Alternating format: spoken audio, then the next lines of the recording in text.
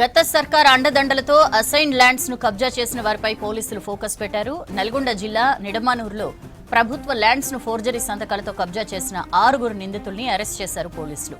అప్పటి కలెక్టర్ ప్రశాంత్ పాటిల్ కి ప్రభుత్వ భూమిని రిజిస్ట్రేషన్ చేశారని గ్రామస్తులు గతంలో ఫిర్యాదు చేశారు. అప్పటి ప్రభుత్వ పెద్దల ప్రమేయం ఉండటంతో కేసు ముందుకు సాగలేదు. కాంగ్రెస్ ప్రభుత్వం ఏర్పడగానే మరోసారి గ్రామస్తులు ఫిర్యాదు చేశారు. అక్రమంగా ల్యాండ్ను రిజిస్ట్రేషన్ చేసుకున్న 6 అరెస్ట్ చేసి ప్రశ్నిస్తున్నారు పోలీసులు. అక్రమ పట్టాకు సహకరించిన అధికారులను సైతం ప్రశ్నిస్తున్నారు.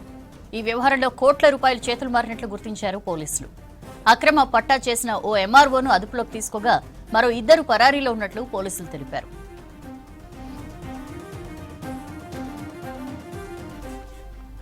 డీటెయిల్స్ తెలుసుకుందాం. శేఖర్ మనతో ఫోన్ లైన్ లో జాయిన్ అవుతున్నారు. శేఖర్, ఈ ల్యాండ్ కబ్జాకు సంబంధించిన ఇన్ఫర్మేషన్ ఏంటి?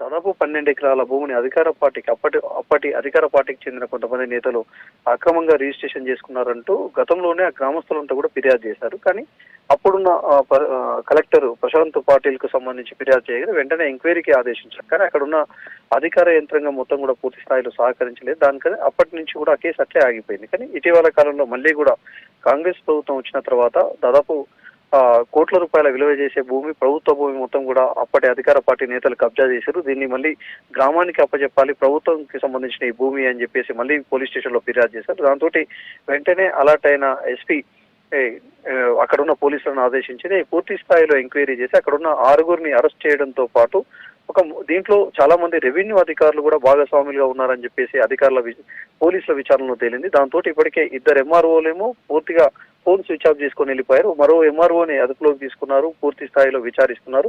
ఎలా చేయాల్సి వచ్చింది, ప్రభుత్వానికి సంబంధించిన భూమిని లీగల్ గా లేనప్పుడు ఎట్లా చేశారనే దాని మీదనే పూర్తిగా పోలీసులు ఫోకస్ చేశారు. ఈ భూమికి సంబంధించి ఎవరైతే పట్టా చేసుకున్నారో దాదాపు 6 ఎవరైతే ఉన్నారో 6కి సంబంధించి కూడా కొన్ని లక్షల రూపాయలు అధికారులకే ఇచ్చినట్లు కూడా తెలుస్తుంది. దానిలో భాగంగానే పూర్తి స్థాయిలో ఎంక్వైరీ జరుగుతుంది.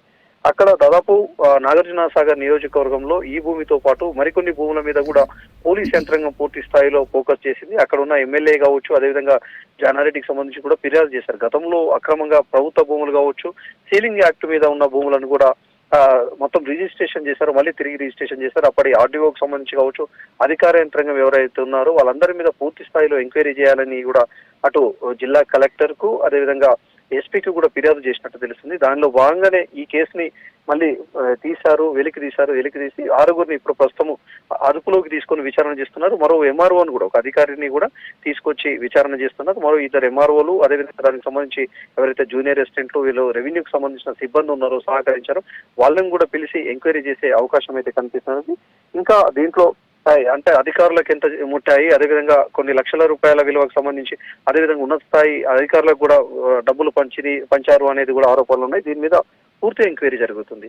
దీనికంటే జిల్లాలోనే అతిపెద్ద కుంభకోణంగా కూడా మరో దాన్ని కూడా ఎంక్వైరీ చేస్తున్నట్లు కూడా మనకు ఆఫ్ ద రికార్డ్ తెలుస్తుంది. సీలింగ్ యాక్ట్ కు సంబంధించి ఒక బీఆర్ఎస్ పార్టీకి సంబంధించిన ముఖ్య నేత సంబంధించిన భూమిని, సీలింగ్ యాక్ట్ లో ఉన్న భూమిని రిలీజ్ చేసి మళ్ళీ తనకు పట్టా చేసే విధంగా అప్పటి అధికారంలో ఇప్పుడు ప్రస్తుతం బీఆర్ఎస్ కు సంబంధించిన ఓ ఎమ్మెల్యే అదేవిధంగా ఒక నేతలందరూ కూడా ఒక ఆర్డీఓకి కలెక్టర్ కి పూర్తి ఒత్తిడి తెచ్చారు. అది భూమి మొత్తం దాదాపు 200 కోట్ల విలువ చేసే భూమిని కూడా మళ్ళీ పట్టా చేశారు. దాని మీద కూడా ఎంక్వైరీ చేయాలనేది కూడా కొంత ఫిర్యాదులో వచ్చినట్టు తెలుస్తుంది. దానిలో భాగంగా కూడా పోలీసులు పూర్తి స్థాయిలో సీలింగ్ యాక్ట్ భూమిని మళ్ళీ ఎట్లా రిజిస్ట్రేషన్ చేశారనే దాని మీద కూడా ఫోకస్ చేశారు.